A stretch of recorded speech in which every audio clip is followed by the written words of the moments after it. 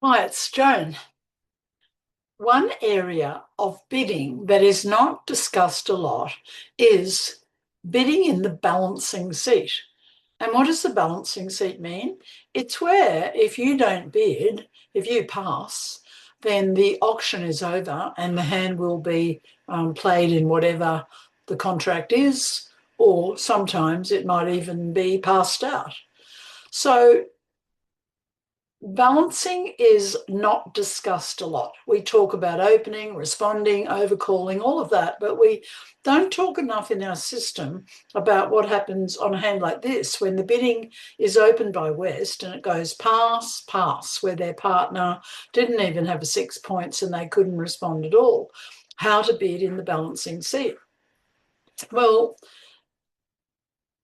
in balancing, because you can be sure that your partner's got a few points, because if West had 13, say, and East had fewer than 6, here we've got a lot, but if we had, say, 10 points, we'd know partner probably had about 10 points too, because the auction doesn't make sense otherwise. So go through with your partner about what to bid in balancing. And if the bidding had gone one diamond, pass, pass, one spade, that would be about 8 or more points and 5 spades. If it went one diamond, pass, pass, double, it'd be 8 or more points and shortage in diamonds.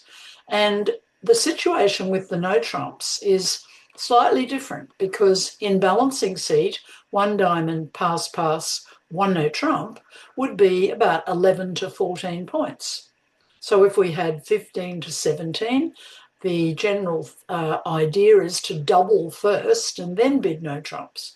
But what on earth do you do with a hand like this? It's got 20 points. Well, strangely enough, the old two no trump opening applies exactly as it does here.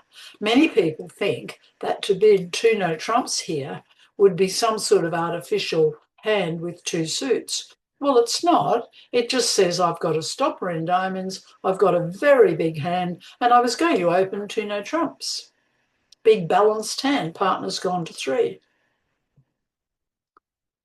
So balancing is different to the direct seat. The reason being that in the direct seat, we don't know what the opener's partner is going to do. But in the balancing seat, we know that they couldn't do anything, so they can't have any points. So it's a pretty fascinating situation. They've led the Queen of Spades, and we need to make 9 tricks. First of all, we'd focus on the diamonds. Length in diamonds might produce 4 tricks. They've led a spade, luckily not a heart, because at least we've got 2 stoppers in spades. Test the diamonds straight away by playing the ace. Now play the king. And suddenly the bad break is revealed. So we have a diamond loser that we hoped we didn't have. The diamonds have broken Jack 10, 8, X, and we have a diamond loser because West has the Jack and the 10. So stop playing diamonds. We've got to now get some tricks out of clubs. We don't know where the king, the Jack, or the 10 are, but play the 9 and hope. They'd only pulled the 10. Now they're playing spades, and we've got no more controls in spades. A nerve-wracking moment. We've got 4 tricks, 5, 6, 7. We've got to get 2 more tricks. Well, bravely carry on with clubs, and guess what? The king appears. That's the best news we've had. That means that the king must have been doubleton, and therefore it means that East is holding 2 clubs left now, the Jack and the 7. So we can finesse that. So play the 5.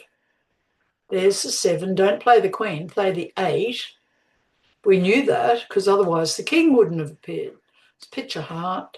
And now a very bad discard was this 10 of diamonds because suddenly their diamond trick has gone and we have an extra diamond trick. So always watch to see what they discard, and sometimes discarding, which is very hard, they often make a big mess of it, the defenders. We've made, on a hand we thought we'd be struggling for 9, suddenly we've produced 10 tricks. So just remember, balancing seat two no trumps, jumping is natural. It's not unusual. Have a great week, everyone.